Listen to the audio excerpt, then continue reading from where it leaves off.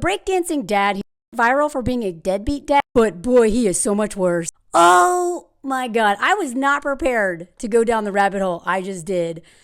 Okay. But you know, I am here to drag this man because instead of taking the very, very mild, like kid gloves type criticism that his daughter had in her video about him being a deadbeat dad, which I don't even think she called him that. The internet called him that. She just stated some facts. And this man, instead of actually, I don't know, reaching out to his daughter, who he doesn't even know the birthday of, doesn't know his own kid's birthday, that tells you everything we need. That's literally all you need to know about him being a deadbeat dad. But instead of actually, I don't know, being like, oh, honey, I didn't realize you felt this way, and resolving this in public or in private, he decided to take this to Twitter and become internet famous himself because he's probably jealous of his own kid, like so many men. And especially because she's a woman, and he hates women, by the way. We're going to get into that in a minute. And he's also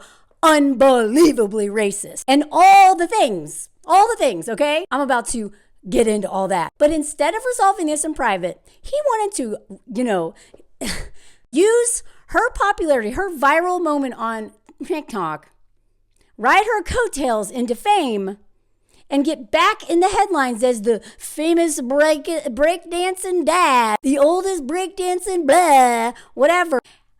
But when you do stuff like that, going viral is actually not fun. I would not wish that on anybody. The few times I have gone viral, I have literally hid in my home because I know the more exposure you get, the more terrifying trolls come after you. But in this case, this man had so many men defending him, being like, he paid child support, and we're going to get into that in a minute. But you know what? He also, because we can smell out selfish, deadbeat dads, maybe narcissist. Honestly, this man is terrifying. We can smell it out by the tone, by this right here. He decided that instead of, again, apologizing to his daughter, he dragged her being like, you're actually wrong. I wasn't a deadbeat dad. And he told all the millions that he shelled out, thinking that there's a price tag on abandoning your kids. And he also lied. He did not live down the street. She just came out and said that he maybe lived down the street for a little bit, but the dude took off to Florida to live with his new wife.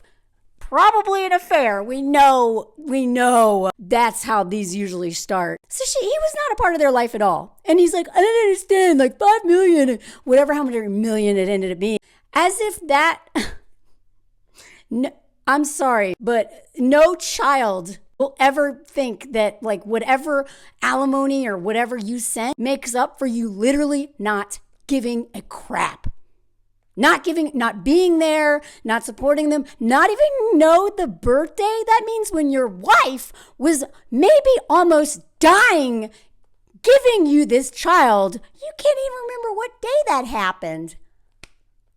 Bro, I hate you. I hate you so much. And that's why I did this little dive on you. Because you showed yourself by coming on the internet and then lying about what a great dad you are. And then you have Elon Musk being like, yeah, yay. And all these MAGA dudes, all of these deadbeat dads are being like, yay, right? And he gets to rewrite history like most deadbeat dads do. If that wasn't enough, he's like, let me just share with you me breakdancing in front of a Bitcoin thing and an American flag. And I'm sorry, but whenever I see this in someone's profile, I'm immediately terrified.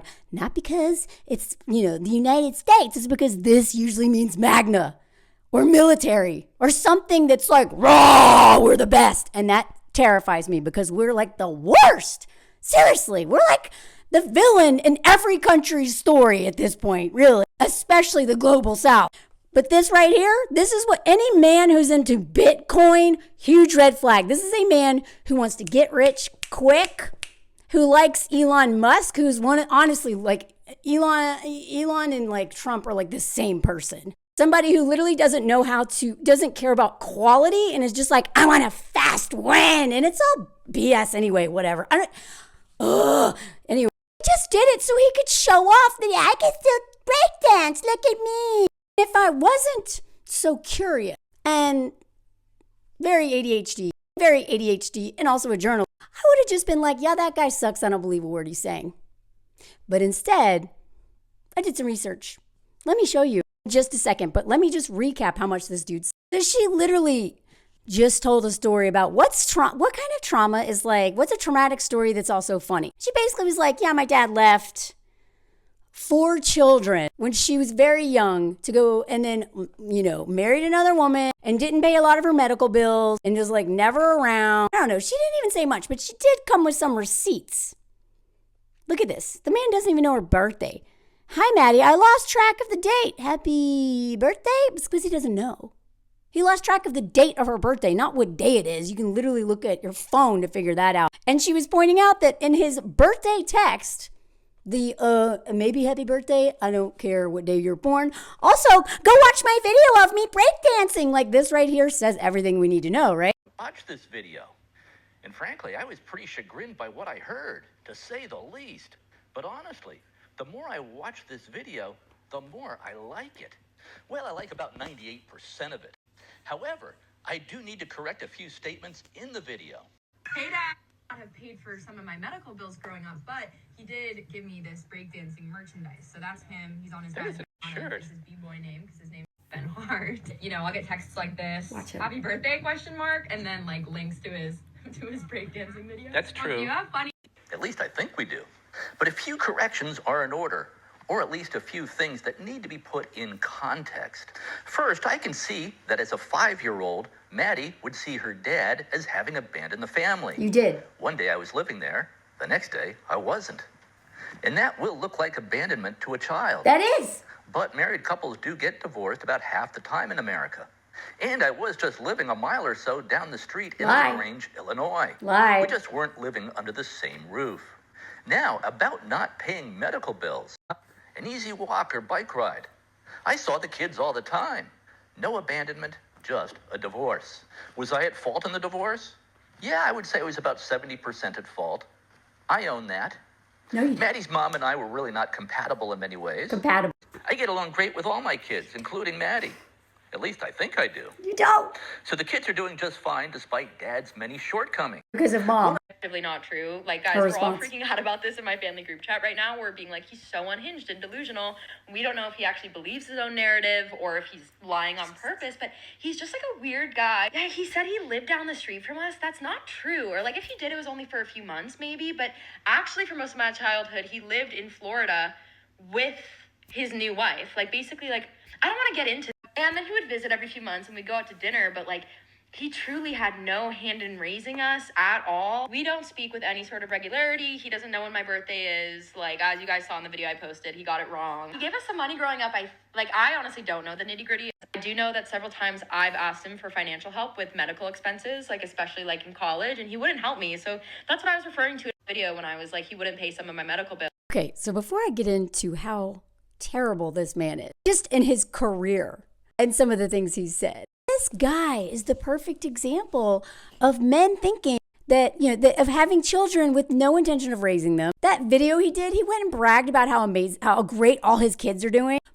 But he said, basically, if I was such a bad dad, how comes one kid is a screenwriter and like they're all doing very well? Because, okay, you gave them some money. Like, but bro, you didn't do anything to raise these children. And the labor that the mother probably did all alone, maybe, I don't know if there was a stepdad involved or whatever. This man, like, this is how so many men think. They want children for a legacy when really they just want mini-me's they can slap their last name on so that when they die, realizing that they are terrible people, at least they have something so that their whole purpose on life, purpose on earth was pointless. Most of them, their purpose was pointless. But this man actually does have a legacy, and it is one rooted in white supremacy, patriarchy, capitalism, and literally all the worst things wrong with the United States. And that is why, seriously, if you can't dismantle one without all of them, all linked.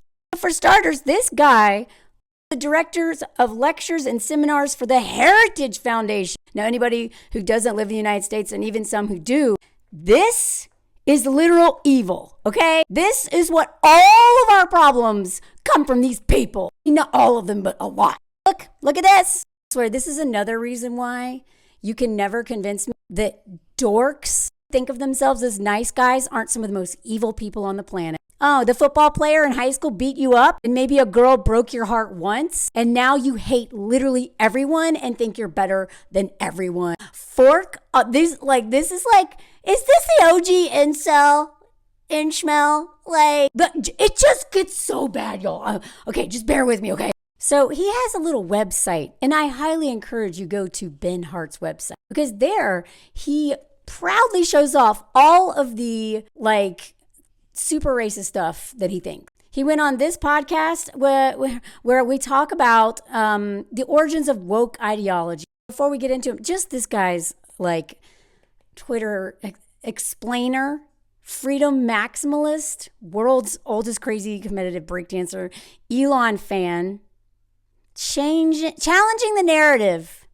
The photos that he uses on his Twitter thing, anybody who likes Nixon is a huge red flag. This is his wife, by the way. Not sure if this is the person that he left the family and went and married, but there he is with Reagan. Oh, and just in case you weren't sure, Bitcoin is everything. With Bush. With all this, he's got to have pictures of his wife in a bikini. Okay, look at this. Wow. See, if I ever do anything and Elon likes me, I will know there's something fundamentally wrong. I don't ever want this psychopath. I don't ever want anything I do to align with this psychopath. And he's like, wow, Elon just commented on my post. Love you, Elon. Thanks for saving free speech and civilization. Okay. You know what free speech usually means? It is a dog whistle used by conservatives and white supremacists. I love how he got dragged by, he had mostly had deadbeat bad dads in his comments. Twitter is honestly one of the most terrifying places. And I have a video I'm going to do soon about the men who literally admit that they basically wish they could grape their wives. That's literally what they're talking about, but they don't even understand that that's what they're saying. They're just openly admitting it. So luckily, some people were like, imagine the time it took to list the receipts and film this video instead of just talking to your daughter. And then, of course, there's some pick me Karen type ladies. By the way, people have been like, Karen is a legitimate term.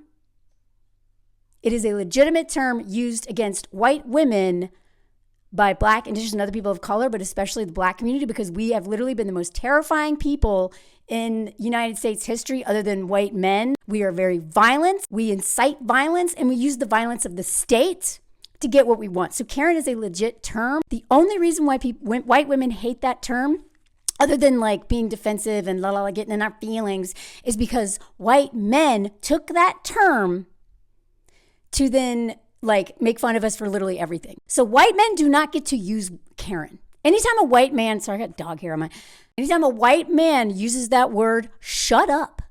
You're punching down. But anyone else, unless, other time I get called a Karen is when I defend Black women, and it's by Black men.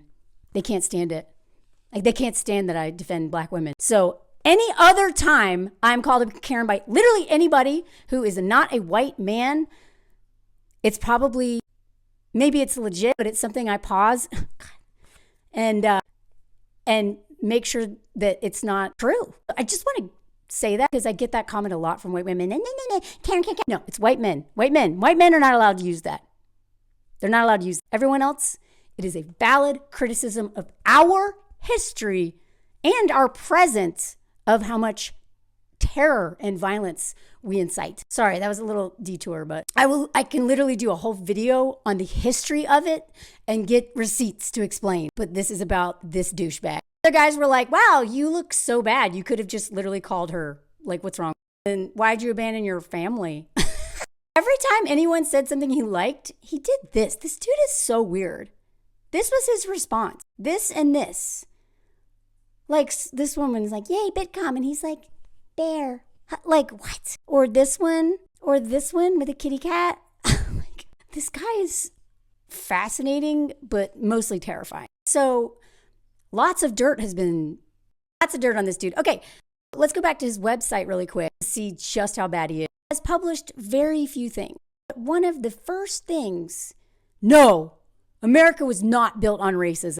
This long read was such a waste of my time, but I just wanted to know who I was dealing with here. And then he has another post, like he hates people taking a knee, he hates BLM, he hates like real history, he hates critical race theory, he hates women. Anytime there's somebody that is a terrible person, just go to the Daily Mail and see if they're defending him. The Daily Mail wrote a whole article about this, and they were like, despite this lying lady, of course she's lying. Of course she's lying. They were like, but you know what? Like, look at this. Like, we're unable to independently verify Maddie's allegations against him. How could you? Did you live in that house that he abandoned? Like, Ben. But the pair appear to have made a cordial relationship. She never denied that they don't talk. But she's like, this dude sucks. He has like no part of my life. Look, he went to her graduation. Wow, what a great dad. Oh, look, there was a picture of them together at dinner. Wow, what a great dad. Like literally men just writing checks and showing up at a college and high school graduation. That's like literally, they think that makes them a good dad. It is fascinating. Literally, you did nothing but abandon and traumatize your family. And you're like, why this so mad? Look at this. They're like, recently on his Facebook page, he made a post congratulating her on landing a job. Wow, look, he said that. Oh, because if there's one thing that we know that deadbeat dads don't ever do is brag about the kids they never raised. Like, seriously, the men who brag the most about their children are almost always the ones who did the least. I kid you not, man. It is fascinating how much they will brag about. Like, they literally want credit for what all the kids did, but literally had no hand in that other than maybe writing a check. Beware of men, especially on dating websites, by the way, who are like, oh my God, I love my kids. I'm a father. It's the most important. Red flag. I'm not saying that men who say they love their kids is a red flag. I am saying pay attention to the way they brag about their children. The more they brag, the more it's about their ego, and probably the less they give a crap about them. So I actually found this article in the Washington Post that goes all the way back to 1984. This man, oh God. Actually, before I get into him, let's talk about his daddy. Sorry, I didn't mean to scare you. This is his dad. This daddy is so rich that he has a whole Wikipedia page. Every time I want to know who someone is on the internet, I'll just Google their name in Wikipedia. And that immediately usually tells me if they are rich and come from money and are a Nepo baby, or if they, maybe they're just now currently rich or famous. But I swear to God, if daddy has a Wikipedia page, that dude's a Nepo baby. And his dad was really annoying too. When he was teaching college, oh God. And so he taught at Dartmouth and again, rich. He was popular with students for who... His political contrarianism annoyed his faculty colleague. When they were concerned about fossil fuels, he made it a point to commute to campus in a Cadillac limousine. God, cut from the same cloth, baby. In 1962, he joined the conservative journal National Review, which is a bunch of like conservative nonsense and racist, of course. He took a leave of absence from Dartmouth to work for the governor's campaign of Reagan. This role led to a brief service as the White House speechwriter for Richard Nixon, who was also a terrible, terrible man. It says the Dartmouth was founded on his living room in 1980. Back to our buddy Ben. Ben was such a prick, such a racist, inchmel prick. Everyone hated him. When he was 25 at Daddy's college, where Daddy was teaching, this rich kid going around campus, antagonizing people and writing for this stupid, racist conservative journal or whatever, paper. While he was handing out these racist papers, he ended up getting bitten by a man, but he deserved to get bitten. Look at this. This was a black man who is in a headlock. This is a 55-year-old black man named Samuel Smith. As an associate alumni fund director. He said, Ben basically had me in a headlock with my neck under his armpit. The pain of the headlock was increasing, so I bit him. So he says, when I got to the emergency room, I was black and blue from head to toe, and I lost my 3 lower incisors. Maybe I'm saying that wrong. Teeth. So why did this whole thing happen? It happened in May 2 years ago. Hart was distributing copies of the Dartmouth Review, a right-wing campus weekly he founded with some classmates. Smith, coming upon Hart with his stack of papers, was trying to stop him from spreading racist, misogynistic, homophobic, blah, blah, blah, all the bad things, propaganda to the students. Look at this. This thing is awful. The Review, whose Latin motto means no one crosses my path with impunity, has been raising the collective blood pressure on campus with its broadsides at faculty administrators, homosexuals, feminists, nuclear-free supporters, and affirmative action advocates. Okay, so literally everybody trying to stop terrible things from happening. This was like, nah, criticize all that, including nuclear freeze. Who is against nuclear? Like, God, these people are psycho. But it's all tied together, right? These people they all are obsessed with war, domination, violence, blah. God, look at this. Look at the headline of one of the columns. Literally, look at this. I'm not even going to say this because it's so wrong. Literally just mocking, using, oh God. Today, the administration be slashing them free welfare. Oh my God. See, okay, by the way, anybody who doesn't know this, don't know U.S. American history, Ronald Reagan is one of the worst things that ever happened in the United States. That is why the wealth gap is so big. And that he is literally him and the Heritage Foundation and all those conservative, awful people are what came up with the welfare queen, which is one of the worst anti-black lies, propaganda they have ever created. Still fighting against that lie. And so anytime, this is all dog whistles. Anytime they're talking about welfare this, welfare that, it is literally racism. It's racism. It's usually anti-blackness especially, but it's literally against everyone who's not white. This is the kind of crap this man, this breakdancing dude dad was writing. So he got bit, and he didn't get bit for no reason. He got bit because he decided to put a 55-year-old black man in a headlock. And it was painful. And I'm sorry, but if I were him, knowing the history of the United States and white people, I would have been afraid for my life. This was literally a self-defense. But guess what? Shocker. This is going to shock you. In the end, Smith, who is black, this is not just like a minor detail. Not only was this a black man being in a headlock, the white man doing it, his daddy is super powerful and works at this school. That's what, oh God. But guess what? In the end, Smith received a court-imposed fine and probation for biting, which was self-defense, a week suspension from work, which probably cost him money, and 3 false teeth, which I'm sure he had to pay for himself. The Review received a formal censure from the faculty, and Hart, the son of conservative columnist Jeffrey Hart, right? His daddy, a Dartmouth professor, by the way. So he just received a tetanus shot. God. So then this Washington Post is so interesting. They talk about how they start to go into this dude, this Ben Hart dude, who is now complaining about not being, considered a good dad.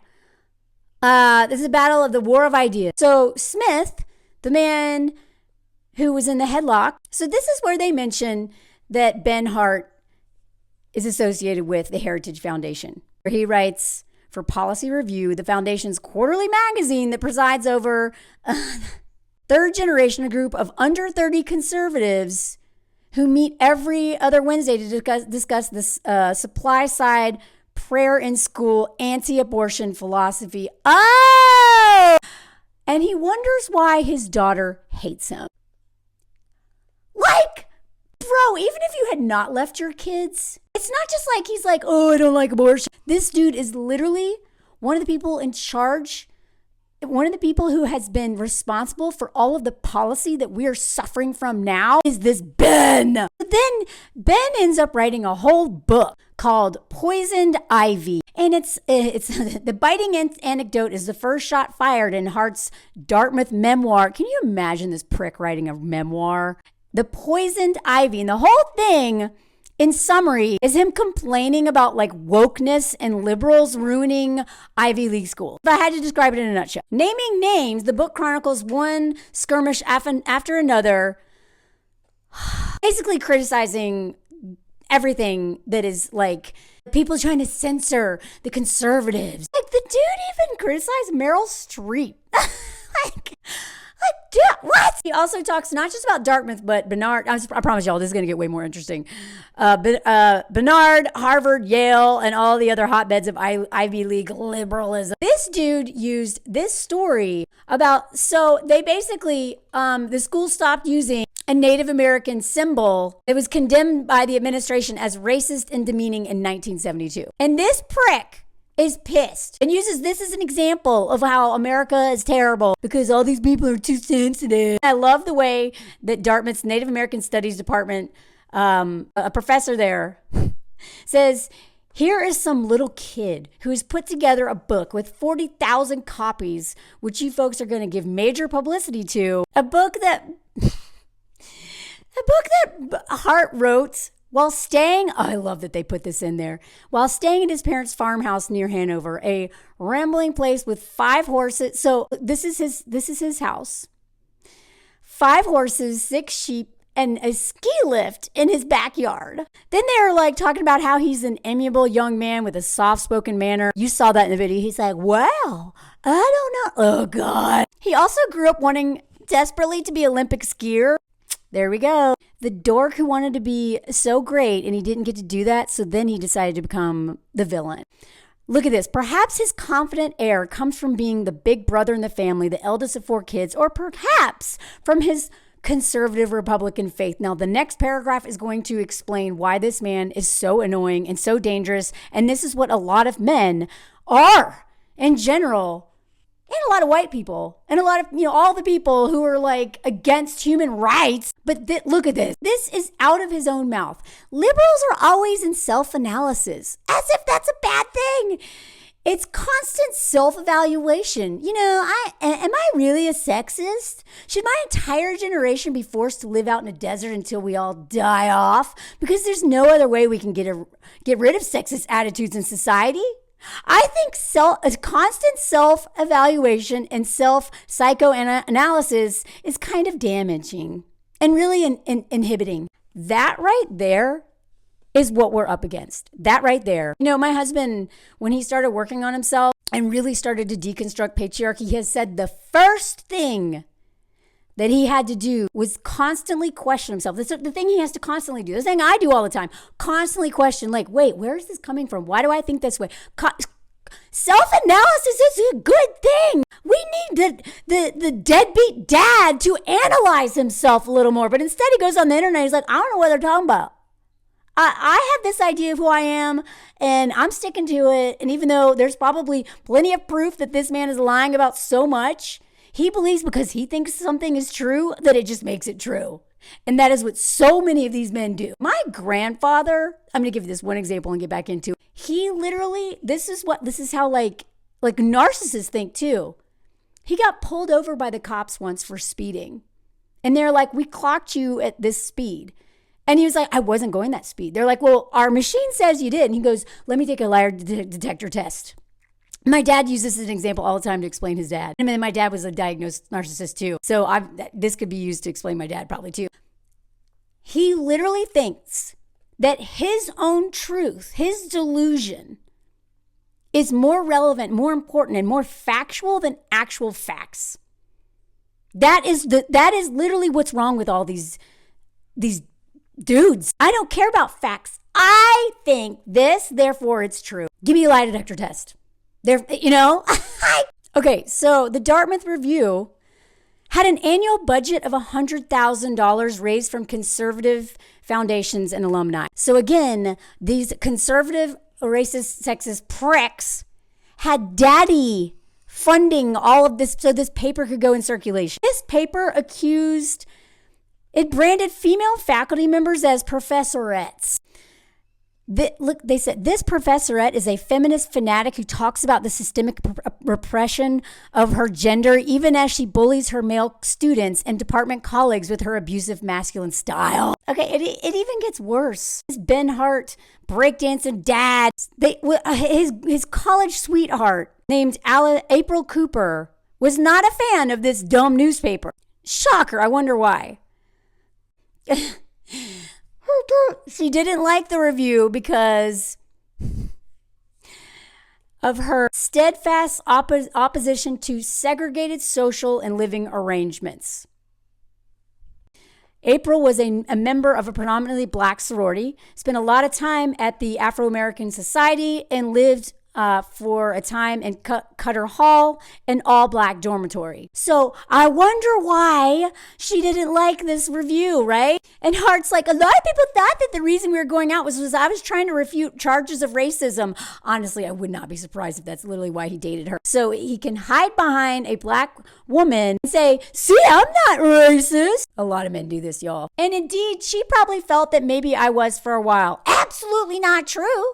We were actually in love with each other and went out for a number of years. It's a little hard to say what the status is right now because she's in medical school, blah, blah, blah. Like, sounds like she went on to have an amazing career. She criticized the review saying, a lot of what I saw there was in poor taste or like putting a match to the keg. But then she's like, he's a very caring person. And then she says, of course, there was a lot of pressure on our relationship, which is somewhat logical because after all, I was going out with a person who was bitten by a black college administrator, Sam Smith, who is highly respected by everyone at Dartmouth. Sam Smith's wife, Dartmouth psychology lecturer Barbara Smith, was her advisor. God, y'all, this is like all crazy. And so they conclude the article, says, Hart bears no scars from Smith's historic bite. Yeah, because you probably played it up and played the victim like you always do. These men are, like, again, the way he is playing the victim to this deadbeat dad narrative that's not fair, even though he literally had no hand in raising his own children and abandoned them. You know, he's like, no, it's okay. Like, I have no ill will. As for Smith, he's developed thicker skin. The pain is still there. When the Dartmouth Review comes out with something malicious, okay, it still hurts. But the 15th time they do it, maybe not so much. So Ben basically created a very unsafe, racist, misogynistic, I'm sure homophobic and everything else environment on campus with his stupid paper. Literally put a black man who works there in a headlock. The black man gets in trouble, of course. Nothing happens to Ben because it's freedom of speech. Why don't the conservatives ever get to be on it? Because it's hate speech. That's why. They're inciting violence with this stuff. That's why. And it all makes sense if you look at the Heritage Foundation. Just so you know who this man worked for, let's take a little walk down terrifying bigotry lane. What is the Heritage Foundation? Well, it's about, on their website, free enterprise, limited government. So free, that means like privatization of everything, which is actually so bad. This is the worst. Don't believe it. Limited government, of course, right? Well, limited for white people. While over-policing Black, Indigenous, and other people of color. A whole economy based on free prison labor, which is just like slavery part 4. Individual freedom for some people. Traditional American values. This is another dog whistle for white supremacists. And a strong national defense. War! Make America great again! At being a colonizer who literally funds genocide. Multiple ones. So, the Heritage Foundation took a leading role in the conservative movement in the 80s during the presidency of Ronald Reagan. And remember, Ben's daddy is what got this guy where he is. The Heritage Foundation has had a significant influence on U.S. public policy. It has been ranked among the most influential public policy organizations in the United States. So if you want to understand why everything is so messed up, we can thank these people. Okay, these are the people who are paying all the people who make laws. With the Reagan administration, they were key in the foreign policy initiative in which the U.S. began providing military and other support to anti-communist resistance movements in the Soviet Union governments Afghanistan. Hello, why did 9/11 happen? Bing! Angola, Cambodia, Nicaragua, and other nations during the final years of the Cold War. They also were a part of the Bush admin. They did, Operation Desert Storm and all that lie that was. They became engaged in the culture wars. Basically talking about crime, illegitimacy, divorce. Okay, this is anti-women, anti-single moms, teenage schmuicide. I'm sure they only care about men's, right? The lonely male crisis and their schmuicide rate. That's all they care about. They don't care about our crisis. Drug use. This is what to justify over-policing Black communities, literally destroying Black communities with this BS. Okay, because they're not putting white people in jail. The prison industrial complex, right here. Crime, right? And 14 other things. And this was all under Clinton, by the way. And some of his welfare reform, he did lots of damage to. So, shocker, when the OG terrorist, the United States, then had a counterattack from the terrorists, then we go back over and terrorize in Afghanistan and Iraq. Just in case you weren't sure already, they actually this dude had to resign, one of the dudes who's part of it, because they found his thesis from 2009 where he argued that Hispanics and Blacks are intellectually inferior to whites and have trouble assimilating because of supposed genetic predispositions to IQ. This right here is literally, oh God. This is what they were using to justify chattel slavery and literally everything they do. Genocide, everything. And this dude in 2009 is writing a thesis on this. These are the people who are behind policymaking in the United States. And they have so much money. And breakdancing dad is this. Okay? I don't care, if he didn't write this thesis, he hates Black Lives Matter. That alone always tells me everything I need to know. First, the Heritage Foundation was like, ooh, Donald Trump, right? Because they didn't think they could control this dude. That's usually why they don't like him. Once he came to power, they're like, oh, never mind. And they were responsible for behind most of his picks. All those people in power right now who are making all these decisions that are over policing women's bodies, Black, Indigenous, other people of color's bodies, who are literally destroying any hope of any kind of progress. These people. Oh, and they loved Margaret Thatcher. Oh, they created a whole to honor her. This lady. Okay, we have our own Karens in the U.S., but this Karen right here is evil. Fork you, Margaret Thatcher. This is the modern day version of Daughters of the Confederacy. This is why white women should not ever be at the center of any feminist movement because 54% of the people who voted for Donald Trump were white women. They're also one of the reasons they've been pouring a lot of money into restricting voting rights. Okay? And when they restrict voting rights, who do you think they're restricting? Communities of color?